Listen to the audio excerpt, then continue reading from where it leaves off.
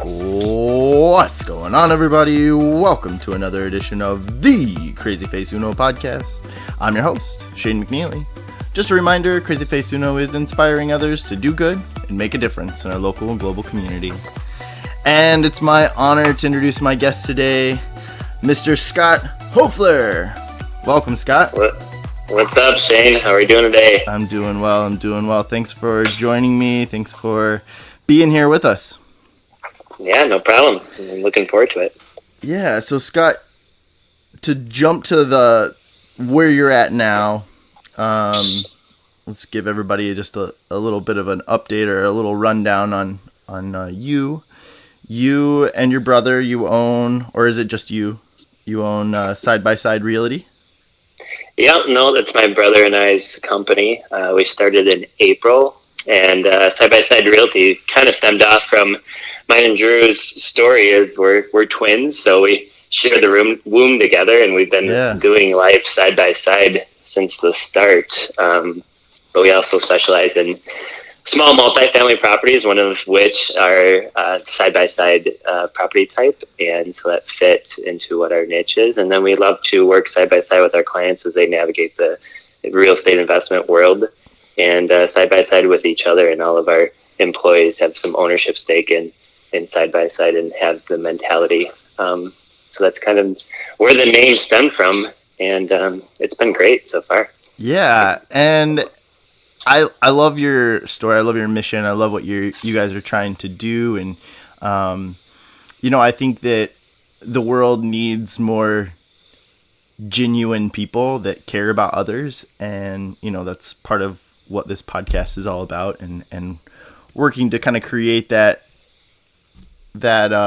environment and just encourage people to treat people with love and kindness and, do good and make a difference in the world. And I see that through what you guys are doing, and, even some of our talks beforehand of, really the heart behind what you're trying to accomplish and what you're doing. Yeah, I think there's kind of a stigma behind it. Is if you're doing the right thing for the right reasons, you're not going to make money, which is completely untrue. So authenticity and treating people right actually in the long run is the best investment you can make in business and in life in general. And I think side by side is just a kind of an externality of that happening. Is Drew and I approached business the same way, and so we wanted to start a company that also matched the vision that we had for each other in our lives and in our clients as well. Yeah, that's awesome. If we pull it back here a little ways and we go back, you mentioned you and your brother, you're twins. Obviously you guys are very close, for a variety of reasons. I mean, I have cousins that are twins. I know that they have a very special relationship. I have other friends that have, siblings that are twins, and there's just a bond and a connection there that is unique and maybe unmatched in a lot of respects. As you guys began growing up, do you remember a time when you started to realize like how special that bond was? Yeah, it's I think growing up, we always took it for granted. Our parents it was lucky. We enjoyed the same sports. We went to the same schools. We had the same friend group. So we were inseparable. And we just did it naturally. And then we graduated college, all the while. The only time we've ever spent away from each other was 3 weeks when I took a study abroad trip in college. Yeah. So we never really realized it was just a natural thing that we always were side by side. But yeah, we graduated college, and I took a job in Minneapolis and he took a job in Nebraska. Mm-hmm. And that we were apart for about a year and a half. Yeah. And it was the worst year and a half we've ever had, and it was separately, and we realized that we're just better together. And a lot of people, we have a competitive advantage, whether you like it or not, is that we do get to do life together. And since that experience, we've wanted to build business. We've wanted to just stay connected more than we were for that year and a half. Yeah.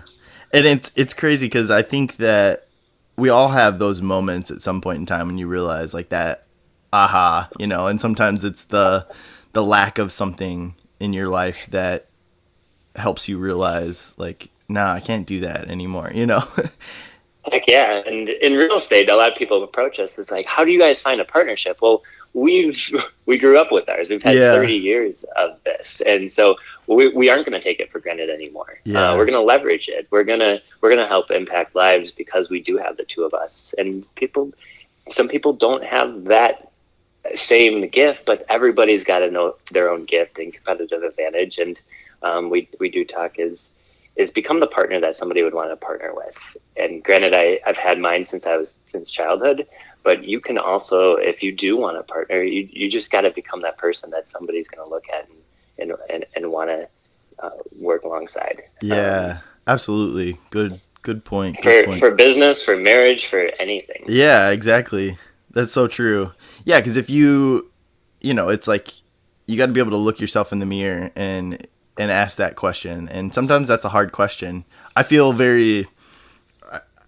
like I have done that recently in some ways. I was looking in the mirror and I just didn't like who I was becoming and like the things that I really felt and saw, and some of that spurred CrazyFaceUno and where we're at today. But yeah, I think that regardless, when you look at yourself in the mirror and you decide if you like the direction you're going or not, like either you have to go all in and kind of push forward with what you are, or make changes and make a difference in your own life and start to take ownership of that. For sure. And Drew and have been lucky is that the mirror that we're looking at is the other person. Yeah. So we've always had the ability to keep each other accountable and, hey, Drew, let's not do that. Yeah. Or step it up a notch, or Right. yeah, there's just always been that accountability partner, that mirror that we're staring at. And we're naturally competitive because of it. And it's made both of us better as well. That's awesome. So you guys are from Chicago, is that correct? Originally? Yes, sir. Yep, from the And south side of Chicago. nice. And you went to Iowa State University and studied econ? Yeah, that was a unique experience. So our high school in Chicago was considered the last farm in Chicago. So some brothers owned the farm and they dedicated to education, which became our high school. So it was our local public school, walking distance from our house, but it was a 37-acre farm. Wow, that's really unique. Yeah, it was nicknamed the Ag School, and yeah, it's super unique. We, like I said, it was walking distance from our house, but 37 acres of corn. We took care of Angus cattle. We had a dairy cow. We had some horses. So we had a pretty unique experience through our 4 years of high school. That's awesome. Which then we realized that, hey, this agriculture thing is super cool. Iowa State was a partner with our school, so there were some scholarships that they were giving out because of where we went to high school, and we both landed in the ag department at Iowa State with pretty nice scholarships because of it. Graduated. I was ag business and agricultural econ, and then he graduated with something called public service and administration in agriculture. Nice. So yeah, we both did 4 years through the ag school. How did that experience in college, get you to where you are today, or kind of shape who you and your brother, are today? For sure. We went into school not really knowing what we wanted to do, like most college kids. Yeah. You're not supposed to know what you want to do at 18. It's a sick joke that some people play on us. It's completely. I was talking to somebody the other day. They were like, yeah, I knew that this is what I wanted to do. And I'm like, I'm so jealous. Like, most people don't know what they're going to do. And those people that seemingly have it all figured out when they jump into college and they graduate with what they went in for. And it's admirable, and it's unique in some ways. You save a lot of time and money. What you want to do. Yeah. So yeah, we spent 4 years learning about agriculture, and we graduated in 2010. It was actually May of 2010, and in the heart of recession, Mm-hmm. hiring freezes. It was really, really, really difficult to find a job. Yeah. Um, so actually, to get us by, we worked getting paid $10 an hour taking care of apartment buildings. So we were just your maintenance guys when they did Yeah. turnovers. We pulled up carpet. We made sure the properties was ready to go, light bulbs and all the basic stuff, Yeah. and then we took care of the grounds around the apartment buildings, which then was kind of a cool foreshadow into what we'd eventually do as a career and life calling. But uh, yeah, we graduated in 2010, and the only company it seemed like at the time that we're hiring was Land O'Lakes. And since I Yeah. graduated with a little better grades than Drew did, he's like, "Hey Scott, we should move to Minneapolis, and we'll both live off your salary for a little while until I found a job." And I was like, Yeah. "Yeah, it's fine. Like these guys are willing to pay me $45,000 a year. I guess I could support us both." Yeah. It's I was crazy. rich at that point. Yeah, right? Isn't that crazy? But things kind of changed. The job that he did end up getting was as a commodities trader in Nebraska, and that's where we parted ways in December of 2010. Gotcha. Wow. So you Yeah, guys, yeah. So you guys, you ended up sticking around the Twin Cities then, Minneapolis. for Um, sure. and at what point in time did you guys realize that that just wasn't gonna work? You know, you'd already said, you've already mentioned it was the worst year and a half of your life. What was that? What was that conversation like? And when did you guys make that decision? Yeah, I think it was important that we separated so that we could find each other, find Mm-hmm. out who we were individually, before we came back together. But Sure. I spent a couple of years up here working for Land O'Lakes in their logistics department, and then he went to a town of about 800 people. So stick an outgoing extrovert in the town of 800 and see what happens. Yeah. Yeah. He knew everybody in town pretty quickly, Yeah. but Like the first yeah, week. yeah, for this week he was but he got to be, it was pretty lonely. Yeah. But he as a commodities trader for a local company here, he learned a lot. I learned about a lot about markets and trading and hedging and Mm-hmm. negotiations. And then he did so well.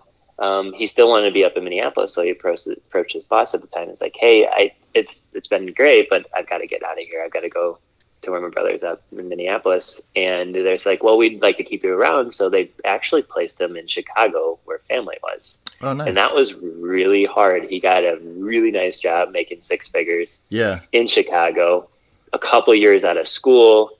Um, and I was up here still. Yeah. And the whole goal was to be near each other. And so when he moved back to Chicago near family, I was like, "Oh crap, it looks like we're going home," and Yeah. neither of us really wanted to. Right. So he spent 6 months there, and then realized he was still unhappy and quit cold turkey. Left a six-figure job at 27 years old, and moved to Minneapolis Yeah. without a job lined up. Wow. And yeah, and that was huge for both of us. And then in 2012, we're both in Minneapolis, and that's when I met, or when I started hanging out with my wife Jenny. Uh, Yeah. and it's crazy how things just kind of fall into place when you stop fighting it and you just let life happen the way it's supposed to. Right. And I know, we've talked a little bit beforehand, and I know that you have, in some ways, I mean, depending on who you talk to, it's a unique perspective on risk taking Yeah, and the for sure. importance of taking risks and how. Well, I'll just let you explain kind of your thoughts, and I really agree with you, and I think it's beautiful, and you've spoke to it a little bit already of with your brother, in a lot of ways taking a big risk, turning down a six-figure salary and job for the unknown. Yeah, for the unknown. And I think risk, unfortunately, has been conditioned out of us. We think growing up that risk is a bad thing, Mm-hmm. and you can lose with risk. And yeah, of course you can lose for risk, but you win big when you do take the right risks and the calculated and smart risks. But Also, graduating from a 4-year university is the whole goal is to get a 401k paying job, W Yeah. 2. It was just secure and Right. comfortable and all the things that don't grow you as a human being. And I think risk is super important to have in your life, especially if you're looking to grow. And Drew, we always had certain life goals in mind, and Drew is just a lot more um, risk tolerant than I am, and so Sure. he left his job and moved to Minneapolis, and he was the first one to leave corporate world for 1099 commission paying job, and a lot of the success he had by stepping outside of his comfort zone gave me the permission to do it too, because obviously I'm looking at the mirror, and if he's successful, I can be successful as well. Right. And so I owe that I owe a lot of the my my ability to take on risk to his ability to take on it too. Yeah. What would you say?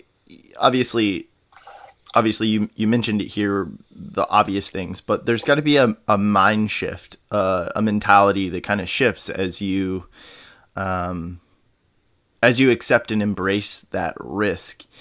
Mm-hmm. When do you remember, or do you know of a time? Obviously, your brother moving to Minneapolis probably played a big impact, but were there conversations around that? What did that look like for you when starting to see, change and have this mentality about risk? Sure, it's a process. It didn't just happen overnight, and Yeah, nor is it just an epiphany. It's an epiphany for some people. sure. But for me, it was a slow process of learning who I am and understanding my skill sets, and being confident in my ability to succeed when I put myself out there.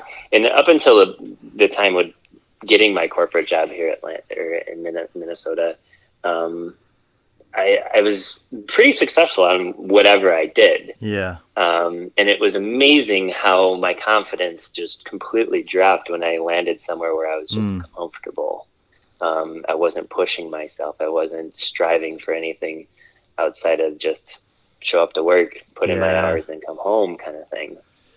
Yeah. Um, and so the biggest in real estate became kind of the avenue by which I was able to um, take huge leaps of faith and risk more than what I had up until that point. I Hmm. remember Drew had bought our first duplex in Northeast Minneapolis, Yeah. and he our goal that went so well that our goal was to buy one a year from there on out. And we're like, okay, cool, let's acquire some properties. Halfway through the following year, I started to get some promotions at work.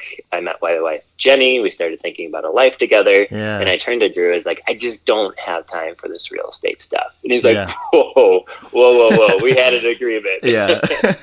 you, I was going to buy one, then you were going to buy one. One property is just a headache. We should not be just owning one property. Hmm. And I'm like, I'm sorry, Drew. Like, I got stuff going on here. And Yeah. then I that evening took my dog for a walk, popped in my earbud, and listened to Bree from Bigger Pockets. That's a show 60 something. Yeah. She's this gal in Chicago that left her sales job because she had passive income coming in from her rental properties. And by the time I was done with the 45-minute to an hour podcast, I got home and I was like, Drew, I'm all in.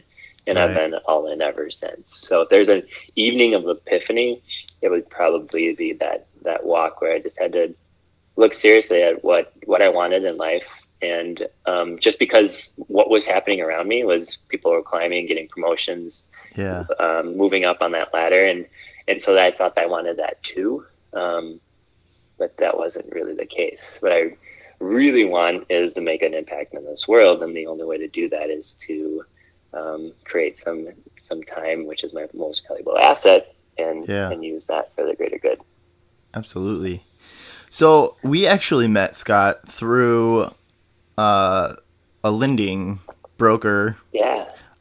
because my wife and I were buying our house that we still own in Minneapolis, St. Paul, technically. Hmm. And so, how did that time with you working for Leader One? How did that like, where did that fit into this equation? That was probably the most important decision I've made outside of marrying my wife Jenny. Mm-hmm. Just for myself, as I was doing well at Land O'Lakes, but Drew and I were starting to ramp up our real estate buying. We had 3 properties by then, and we needed more exposure to the business if we were gonna to ramp up to where we wanted to be.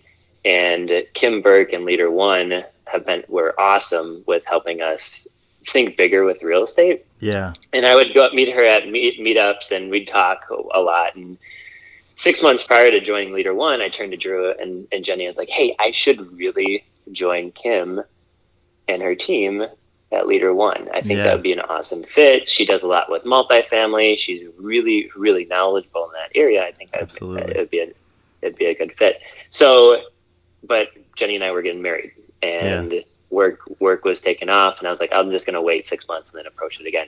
Kid you not, 6 months later, she called me and said, "Scott, what would you think about joining my team?" And I'm just like, so cool. What? How did you? I didn't even. And she's like, "What do you mean?" I was like, 6 months ago, I told you I was gonna work for you. And she's like, "Wait, whoa!" And so that was just we had coffee at Mojo's in Northeast, and then I went to Leader One and toured the office, and it was crazy. I thought it was just going to be some stuffy financial institution, and then I walked in the office and met their owners, and was like, "Holy crap! This is where I need to be. This is the mindset of people I need to be around." That's awesome. And I think, and Kim would probably laugh that I'm saying this, but I think our first payment agreement was that I was going to make $17 an hour with some bonus. And which is crazy because I was making a nice living at Land O'Lakes. Sure. I finally got to the job that I always wanted after 5 years of working there. And then I was going to take a huge step back in pay. And it didn't even matter. I think by the end of that year, I was making more because we became the #1 team in the country. Because I was on the path that I should be on. Right. I was doing the things that I was passionate about. I was around people that encouraged me, that supported me, that wanted to see me succeed. And that is worth everything. I've got chills just like hearing that, and it's a theme that keeps coming up on the podcast with my guests, and I've had this, several conversations, but just how when you're living life on purpose, of how things kind of seem to come together, and I think that man, you touched on so many different things, surrounding yourself with good people that want the same for you, positive. I've been following and listening to Gary V a lot in recent times here, and it's one of the things that he talks about. He's like, surround yourself with, become friends with the most positive person you know in your life. And he's like, if you're around you've got 5 negative people, like cut 3 of them out and, limit the amount of time you put with 2 of them and go make friends with your aunt who's the most positive person. He's like, I'm serious, Love it. Yeah. And I love that as well. I had a friend, Thomas Moore. He's a guy I've had on the podcast. He's doing some incredible things as well. And we had a conversation about a year ago, and he mentioned, something he had heard or read. And it's like that you become, I don't even know what the percentage is, but you become a certain percentage of the people you surround yourself with.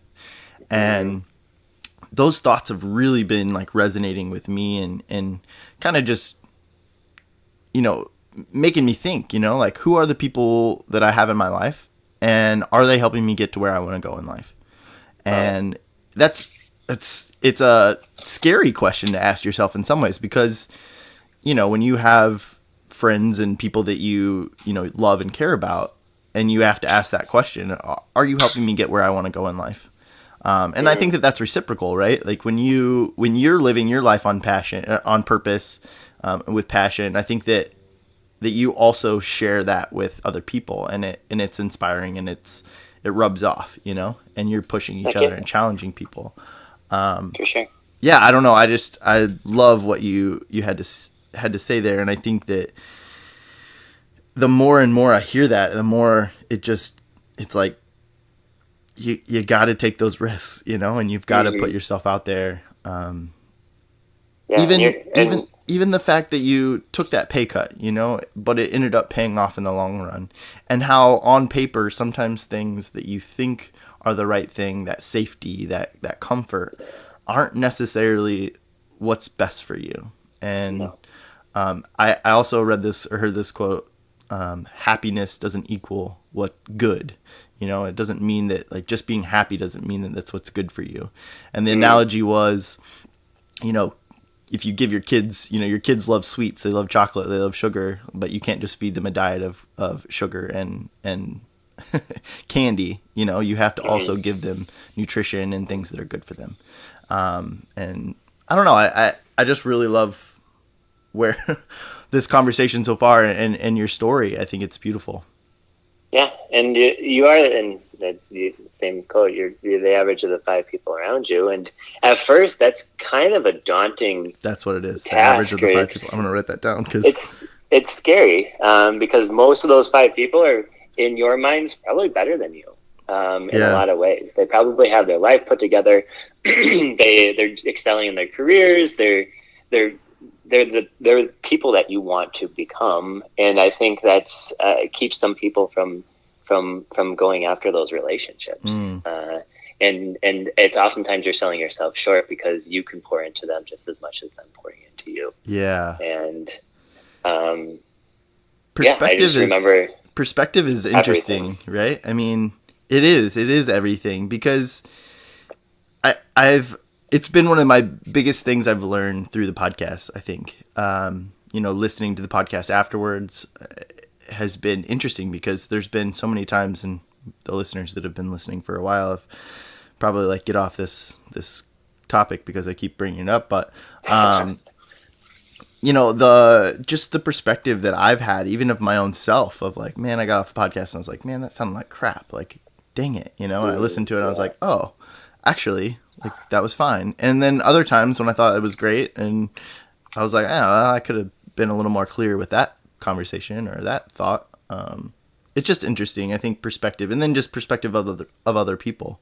hmm I think when we can limit those, and take things for face value, sometimes it's and leave emotion out of it.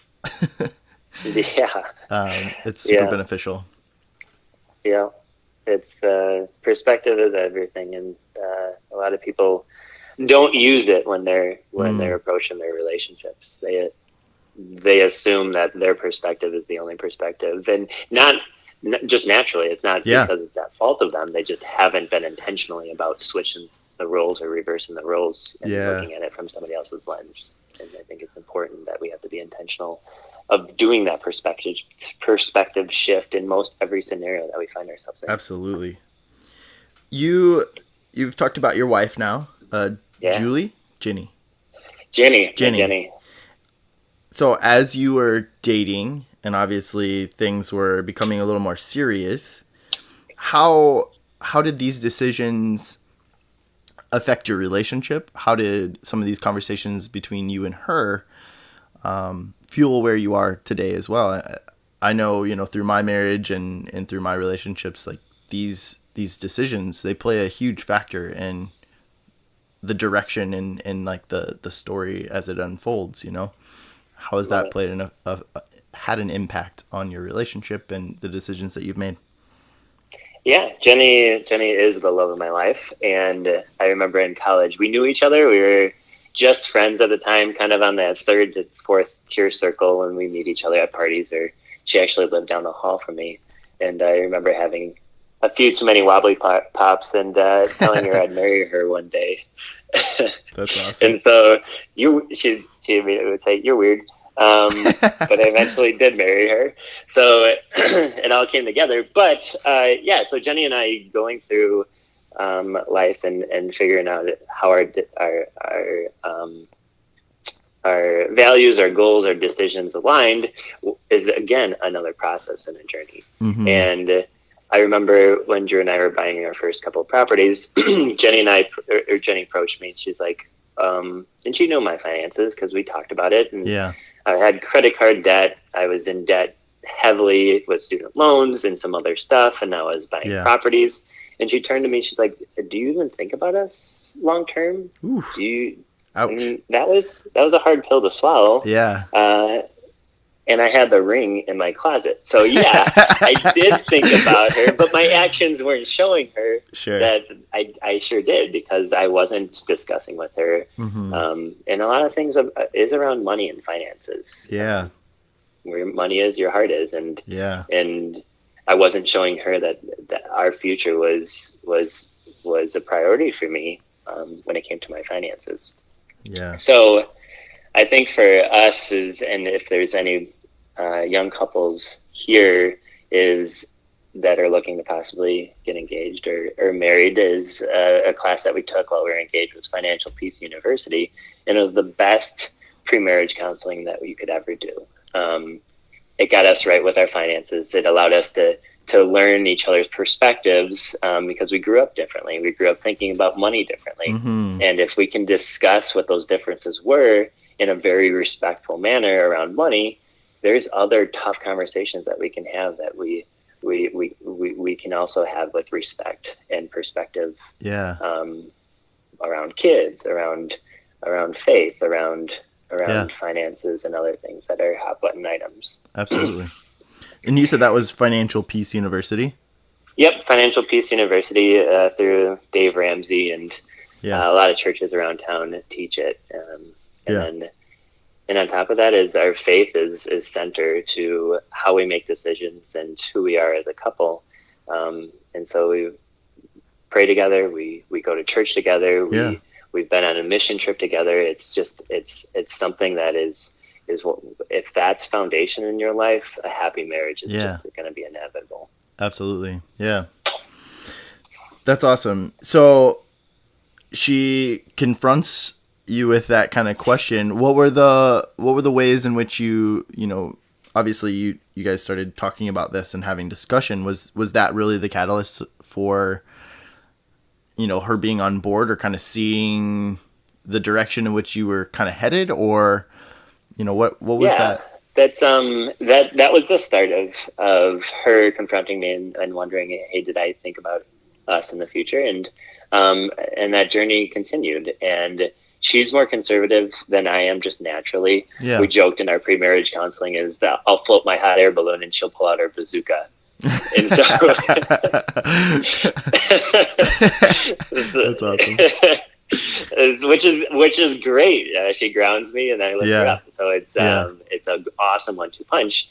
But real estate is also risky, and from her conservative background, it seems risky too. Yeah. And I remember we were looking at buying our first property together once we got married, and we were looking at single family homes. We were looking at duplexes, triplexes, more rental income kind of thing, and we sat down one night and we put 2 spreadsheets right next to each other. One was for single family homes, and then the number that was at the bottom line was red because you don't have any income coming in. And then the other spreadsheet right next to it was a duplex, and the bottom number was actually green. Yeah. And then I lined another duplex up right next to it, and that green number just got bigger. Yeah. And so I think after doing that side-by-side comparison, no pun intended, Jenny, it was a no-brainer, and she was completely on board. And so then our first purchase was a duplex in Northeast Minneapolis that we renovated together, and that we kind of made a home for ourselves for the first year of our marriage. And a lot of investors and a lot of people come up to me that have a dream, and they said, I'd love to do this, but my significant other isn't on board. Yeah. And it's like, well, it's your responsibility to get them, he or she, on board. Yeah. To cast that vision, to do what you say when you're going to say it, you're going to do it and be successful. And once that she starts seeing that success, once she starts believing in you as a human being, you can do anything. And right now I say I can walk on water because I have Jenny's full support. Yeah. As an entrepreneur, as a husband, as a soon-to-be father. Yeah. And now if I'm pursuing for the right reasons, and she knows I am, because my family and her are my number one priority. Yeah. I'm going to have her support when I do it. Yeah, that's awesome. And you mentioned it. You are expecting a little one Yeah, any moment now, really. 10 days is our due date, but they said Yeah. 10% of babies arrive on their due date, so really any moment now. Yeah. Yeah, that's awesome. Yeah, so Congratulations. excited. Thanks, Shane. Appreciate it. We're So, we're as ready as we're ever gonna be, and I yeah, know life or a baby changes and shifts and turns your life upside down, but I think we're ready for it. absolutely. I mean, you mentioned, you said it. I think that, talking and communication and being able to talk about the hard things and, having those conversations, they're not fun. Nobody likes to do it No, necessarily, but no, they're necessary, and it's important in life. And if you have to, again, you have to take those risks and put yourself out there. I think that people are afraid, even maybe even risk taking is that vulnerability. hmm And Brene Brown, vulnerability breeds vulnerability. I think I think it's so true. And when you are willing to step out, share a part of yourself, and share your heart and your mind, especially with a significant other, but whatever relationship you're in and whatever for sure, the people that are around you, I think that it pays dividends. I think you receive that as well, and we get what we put out. for sure, for sure. I Um, think for relationships in general is that often people think it's gonna be a 50-50 shared yeah. split Hmm. everything, and then but that's the beauty of relationships. It's not, Yeah. and for me to step out and go real estate entrepreneur full time is Jenny took a brunt of that, and Yeah. she carried us as a family, and I Yeah. didn't get paid for 6 months, so Yeah. she had the weight of bringing in the money, carrying our insurance, 401k. She had Hmm. to be at a job that she wasn't really in love with, Yeah. so that I can pursue my dreams. But that's what she wanted to do. That's why you get married, and that's Yeah. why you have strong relationships. So at times somebody's going to actually bring more to the table than the other, Right. and then in return it flips. As Jenny and I started looking at having kids, and she's born to be a mom. Like she's Yeah. going to be awesome. And she was at a job that she felt like she couldn't have a baby at. And so, because I was successful in real estate, we had passive income coming in. She was able to pursue a different career, um, knowing that we had stuff that she can fall back on in case that failed. And that was super Yeah. important for her and her conservative mentality. Absolutely. And so now she found a job that she's excelling at, and a company that she loves, and we're now having a baby, and she feels comfortable being in her career and also being a mom at the same time. Yeah. It's and man, I'm in that situation right now, and I know we've talked about this, that I've stepped out in a lot of ways, and my wife is 100% supporting me in this venture Great. that I've stepped out into in this unknown. And we've had that talk. We have sat down, and talked finances and talked, our vision for the future. And we're on the same board. We're on the same page. And it's really, it's hard. It's Mm-hmm. hard for both people. And from my Mm-hmm. perspective, it's in a lot of ways, it's checking my own ego and Yeah. humbling myself and being like, hey, like this is something I want to pursue, and something that I'm excited about. And can we do this? And will you support me? And will you help me? And Heck yeah. I think that it takes a lot of courage and a lot of bravery to even ask that question. But that's this conversation that we're having right now. It's taking that step and taking some risk. It's calculated risk. It doesn't mean you just jump off and hope that your chute goes off, but you Mm-hmm. check your chute. Like you go through and you make sure that you're prepared, and you make sure that you've got things in line, and that can still be that's that doesn't mean you're not taking a risk. It means you're just being smart about it. For sure. And it's calculated risk, and it's leveraging the relationships around you. Yeah. Jenny, Drew, Kim, it's my family. Yeah. It's you. You think, like you said, checking your ego. You think you're the one that has to be the hero all the time. It's Yeah. like, no, let other people be the hero. Yeah, Let other people be the hero in your story. yeah, absolutely. And it's hard.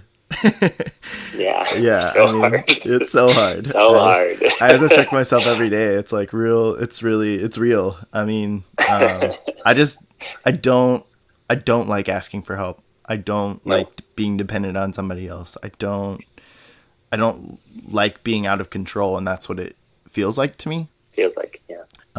It's not. Again, it's calculated. We're fine. We're okay. We're living we're able to live a modest life and a life that we're both happy with. It's not that we're taking huge, risks, but it's just, it's relinquishing control and trusting that Yeah. process. And I think that I love hearing these stories and talking about like living on purpose, because I feel like right now that's what I'm doing, and I'm pursuing purpose. And Yeah. I'm excited for the future, because I think that as I'm crossing my fingers, as I hear all these different people that have trusted that process and Mm-hmm. that Yep. continue to live on purpose and to see the success that they have. And I'm hopeful, and I'm just trusting that process and stepping out. Yeah. I remember when I was going through the process by moving from my W-2 job over to Leader One, is the unknown of that career change excited me more than the known of where I was. Mm, And I think as we're pushing our boundaries, as we're getting outside our comfort zones, that the unknown is really what is the scariest. But if you can look that fear in the face and be like, that excites me more than the comfort that I'm conditioned to believe I want, yeah. um, that's where you should move forward into that space. Yeah. Yeah. I agree. So, Scott, if you don't mind me asking, how many properties do you and your brother own through Side by Side? Yeah, so Side by Side is a realty company. So Drew is the broker. We help other people buy and sell properties and Okay. achieve financial and lifestyle freedom through growing their portfolios. And then Drew and I have our properties outside of that. Okay. And we just bought our 15th property, and we have 28 units. Wow, that's Um, awesome. And you have a goal, correct? Yeah, we have a goal to reach 22 by the time we're 32, and I turned 32 at the end of the month, so I'm going to give myself until 33. Well, I'm still 32 Yeah. to hopefully hit that goal. But that was a big ass goal that we set a couple years Yeah. back. One of our mentors challenged us to think bigger about our real estate business, and that mentor also is Kim Burke. I've mentioned her a few times, Yeah. but she's been crucial in helping us grow our real estate. She's amazing. Yeah, she is amazing, and she's helped a lot of investors do what Drew and I have done. Yeah. And she just sees potential in other people that they don't see in themselves. Definition that's of a true beautiful. leader. Yeah. But she challenges us to think bigger, and so instead of just one a year from there on out, Drew and I sat down at a 4-hour session.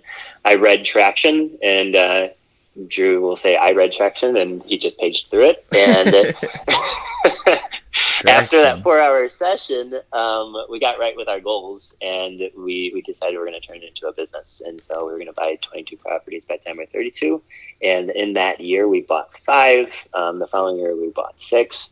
And it just kind of started snowballing when we shifted the mindset by which we were going to do real estate. It's going to be more of a business than just a side job. What is Traction?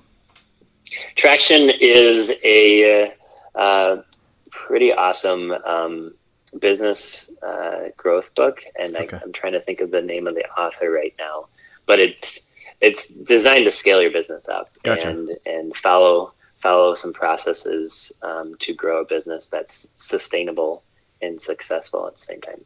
Awesome. Is it specifically geared towards real estate? Nope, any business. Nice. Yeah, I have to check that out. yeah, it's great. So, It's yeah, no, go ahead. it pulls a lot of concepts from good to great as well. Okay. So if you Yeah. Traction's a little heavier, especially if you do have a business, or if you don't have a business, Traction's pretty heavy. because it's designed around somebody starting a business plan and hiring and whatnot. But Good to Great would be a nice warm up to that book. Yeah. Just to kind of get your mentality and mindset around what it looks like to grow a business. Yeah, absolutely. So 22 by 32, you guys have 15. When you guys go into, when you, both for yourself and for clients, I'm sure the process is similar in some ways of Yep. what you're looking for in a property, how you help, individuals with side-by-side kind of evaluate and look at financing and good value, the right properties. What does that process look like for you guys? Yeah, I think the process that Drew and I use to find the right property is similar to what we teach our clients about as well. Yeah. I think there's up until this point, we used a lot of owner-occupied financing. So we've moved into a lot of our properties and leverage a low down payment for the people who are in our world. It's a super useful tool to grow properties pretty quickly. Absolutely. Because you're using less cash out of pocket to buy them. Right. But as they talk about it a lot of times in Bigger Pockets, Brandon Turner, is like you put on your investor tool belt. And as you learn more tools and you learn how to use more tools, you drop more tools in that tool belt. Yeah. So eventually you start growing your portfolio quicker because you can see a property and you understand the means by which you can purchase and hold that property. Yeah. But there's a little criteria, and we talk about it a lot, is like, there's a lot of people out there that have the money, that can acquire assets, can purchase stuff, but to be a good landlord, that's a completely different ballgame. Mm-hmm. And for us, is we try to teach people, okay, what are the numbers? What are cap rates? What does the market look like? How do you want to finance it?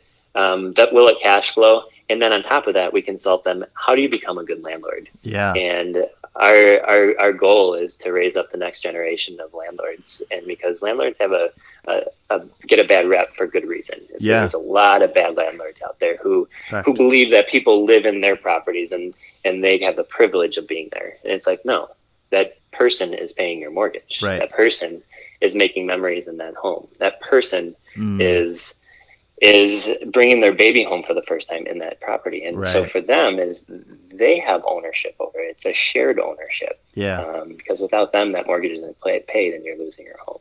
Yeah. And so that's what Drew and I try to do is it's one thing to purchase property. It's another thing to be a good landlord, because that's where the money's at.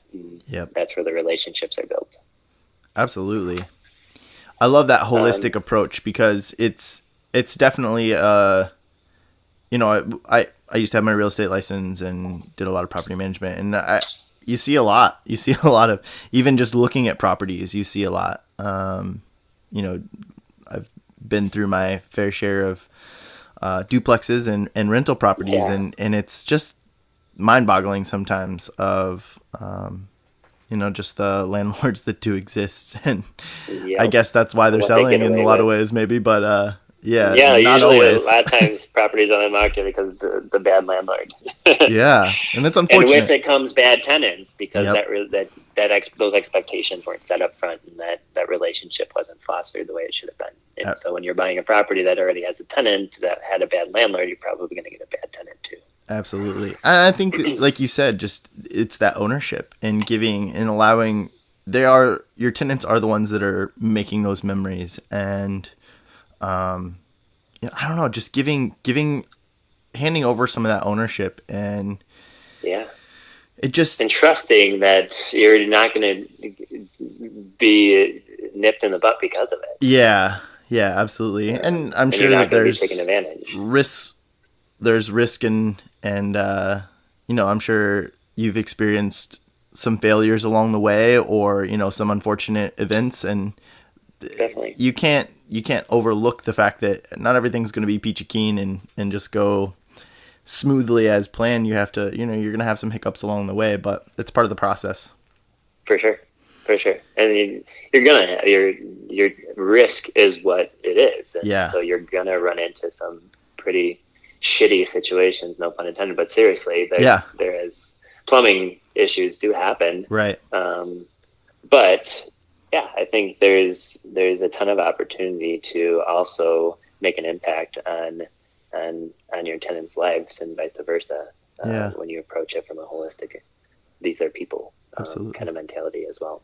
How do you guys handle some of those bumps in the road, or how have you handled, some of the unfortunate events that maybe have taken place? And what advice do you have for people, not just in real estate, but just in life in general, with those bumps along the way? For sure. I think you approach it as when you have the opportunity to do the right thing, when the right thing's presented, you always do the right thing. Mm, And so when I got a call early on in our landlord careers from a tenant who's in her bathroom, and she's like, "I'm standing in a pile of shit, and I'm pretty yeah. sure it's not mine." Oh man. And I immediately said, "Okay, hold on."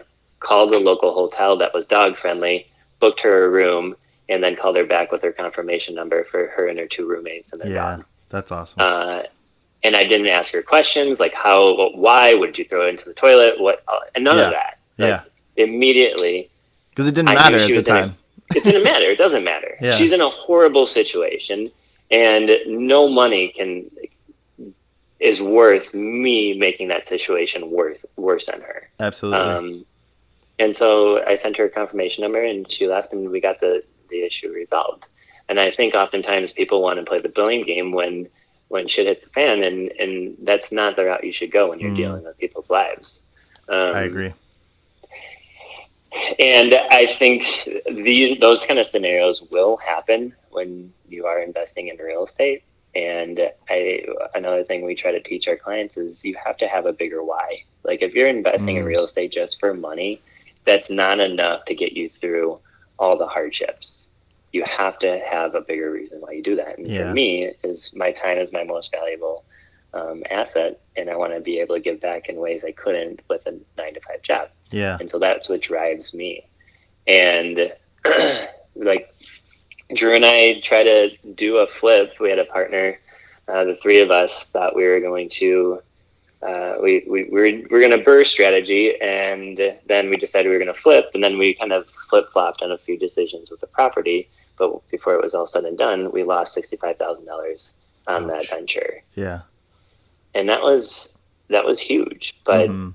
there's so much that you learn by spending that $65,000 Yeah. on real estate tuition that I'm glad for now. Yeah.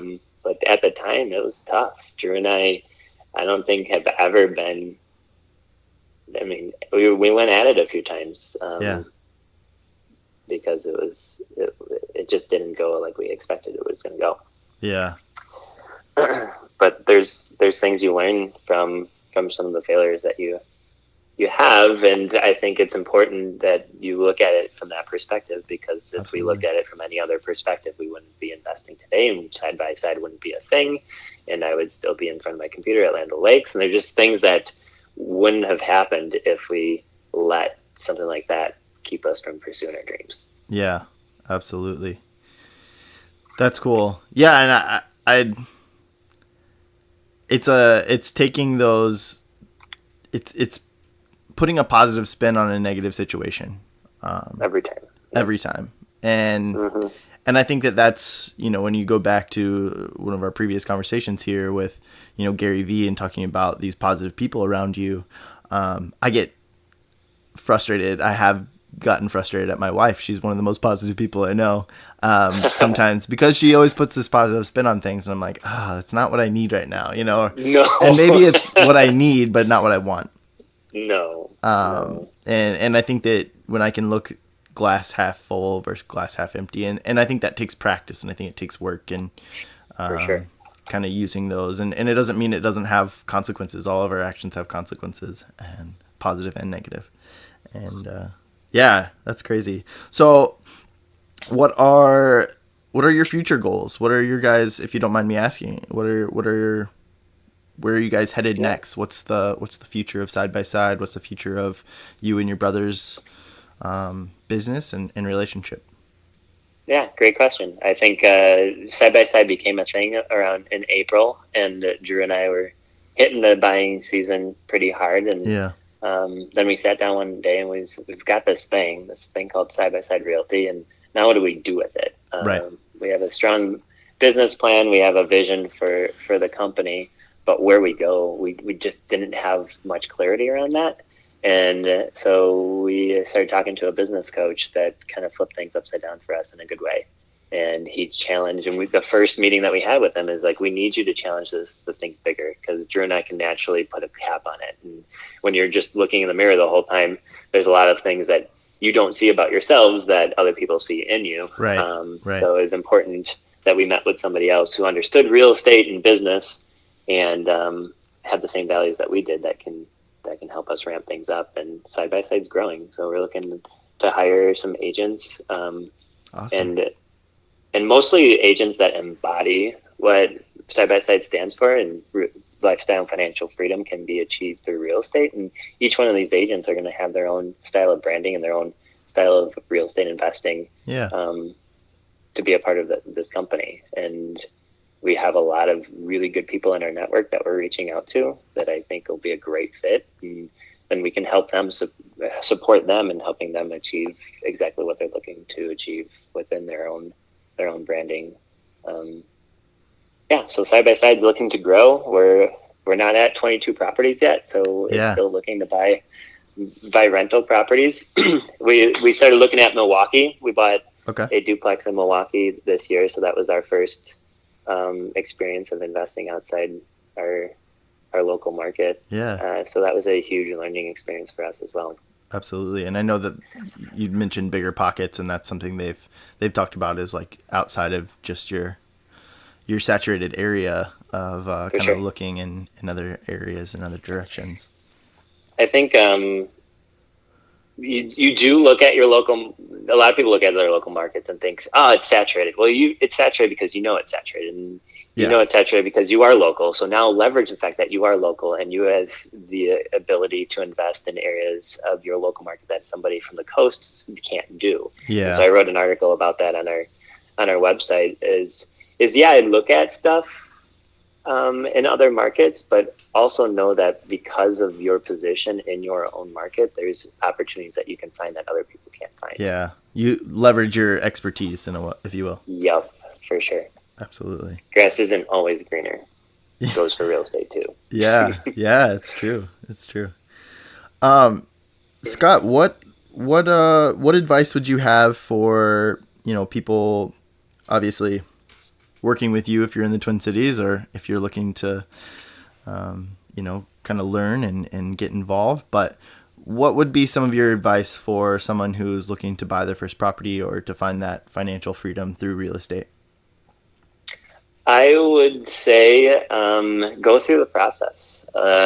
Listen to podcasts like yours that try to help you get into the mindset of what it is you are looking to achieve. Go on Bigger Pockets, listen to those podcasts, partake in the forums, get involved with your local networks, absorb as much information as you can, with the knowledge of why you want to get into real estate to begin with. And then start small. I think the best way to start is, you have to live somewhere. Why not have that become your first investment property? There's a lot you can learn by living in the home that you are investing in, about screening renters, building community. That was another thing that I didn't realize we would experience in this whole process. Is the first property that Drew and I moved into, and then the one that Jenny and I moved into, is that we acquired renters with our upstairs units, and those became some of our best friends. And I think by sharing a home together with a duplex, triplex, or fourplex, you can build relationships with people that live there. Absolutely. You're sharing the backyard together. You're sharing experiences together. You're having coffee on the front porch, and when they walk out for work, you're having those conversations. And I think that's, as a millennial, the more we get connected through real estate or technology, the more we're craving community outside of just our social media feeds. And this is one way you can build that community, is buying a duplex.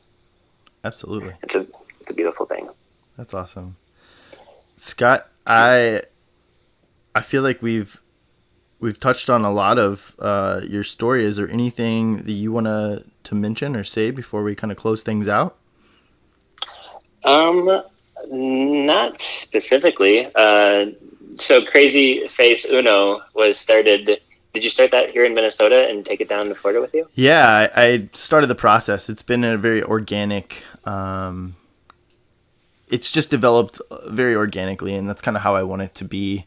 Again, kind of trusting that process and seeing where it goes. Yeah.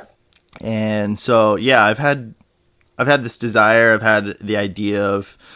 I've always wanted to like have my own business or have creative control of something, of whatever I'm doing. And yeah, I kind of started. I found the website. I honestly, the name and some of the ideas were some of the harder things to kind of to narrow in. And I was actually inspired Because by they you. matter. What was that? Because they matter. Yeah, they do matter. Mm. And I was actually, the name kind of was inspired mostly by a YouTuber named Mr. Beast. And I was like, if you could have the name Mr. Beast, then what, like, just go CrazyFaceUno, which was, CrazyFace was my like nickname in college. And Uno was like, instead of putting the number one, I'd put Uno after it when I would like create usernames for games and stuff. And so silly. That's great. Weird name, but it gets people to ask questions and whatever. It is what it is for now, and I like it. I like it too. Who It's unique. who's So. the who would you say, or what type of conversation would be the pinnacle of if you had them on your show, or you had that Oh, this type of conversation, what would it be? like the my goal or like the Yeah, the person where you like, wow, Crazy Face Uno just made it because I just interviewed Barack Obama. Like, yeah. what would be that? What would that be? I think it would have to be Joe Rogan. Oh wow. I think I mean, that's like the top of the top almost, like, but Mm-hmm. I feel like he's just his conversation style and the way he gets people to think, and even if you don't agree with him, and I don't always agree with everything he has to say or even the people that he has on, but I think he's got a beautiful platform that allows people to have a conversation and go a little deeper than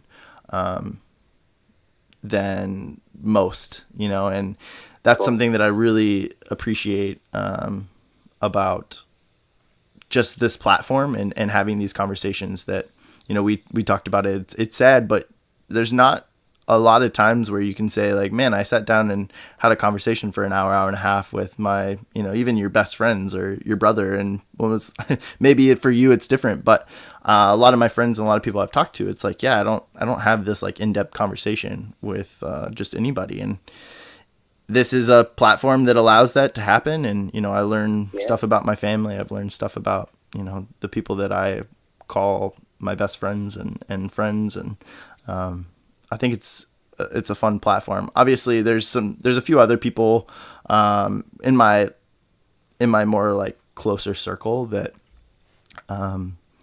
I just have slowly started to like reach out to people, starting to build that Mm-hmm. pipeline. All of September, the rest of September is booked out, and I've already started booking into October, which is really cool. And yeah, I'm just excited to, I've continually watching things grow and watch the downloads and the listenership, kind of the averages kind of bump up, and it's been exciting. It's been fun to watch. And there's definitely some people that whatever you want to call it, like a little bit of a reach, Yeah. in a sense Yeah. of, Keep doing so. and some of it's legitimately perspective, to bring it back to what, a conversation we had, and not limiting yourself in Mm-hmm. what your outside perspective, or it's really hard to know what are people's outside perspective of Crazy Face. I don't know because I'm in it. Yep. And Sure. so just keep pushing those boundaries and kind of notching up. And I've got my lists that I keep making and adding names to, and I don't know. It's been fun. Well, I appreciate you having the platform. But I think it goes for everybody listening, or that it doesn't take Crazy Face Uno for you to have those relationships with Absolutely. people and be vulnerable. And like you said, everybody's got a story to share. So share your story. Yeah. The guy that you had coffee with this morning needs to hear your story and Yeah. have you open up, because it might be just what they're craving at that moment as well. It's so true. It's so true. How can people get connected with Side by Side and with what you guys have going on? For sure. We have a website, Side by Side RE, as in real estate, sidebyside.re.com. You can reach me at scott@sidebyside.re.com, or follow me on Facebook at Scott Hoefler. But yeah, if anybody was inspired by anything we talked about today, I'd love to talk and chat more about it. And I'll put your links and everything in the post, and we can help kind of drive some traffic, hopefully, your direction. Cool deal. Appreciate all the conversation, Shane. Yeah, absolutely. Thanks for sharing. And again, congratulations on the soon-to-be fatherhood. Oh, looking forward to it. I know. I'm excited for you, man. That's awesome. Thanks. All right, everybody. Thanks again, Scott, and thank you all for listening. I appreciate it so much. If you have the time, check out CrazyFaceUno.com. Visit our store, check out our mugs that we have for sale, and if you feel like donating, there's an option for you to do that as well. Thank you so much. Visit sidebyside.re.com to support Scott. And again, guys, do good, make a difference. Love you and appreciate you. Thanks again. Peace. Take care.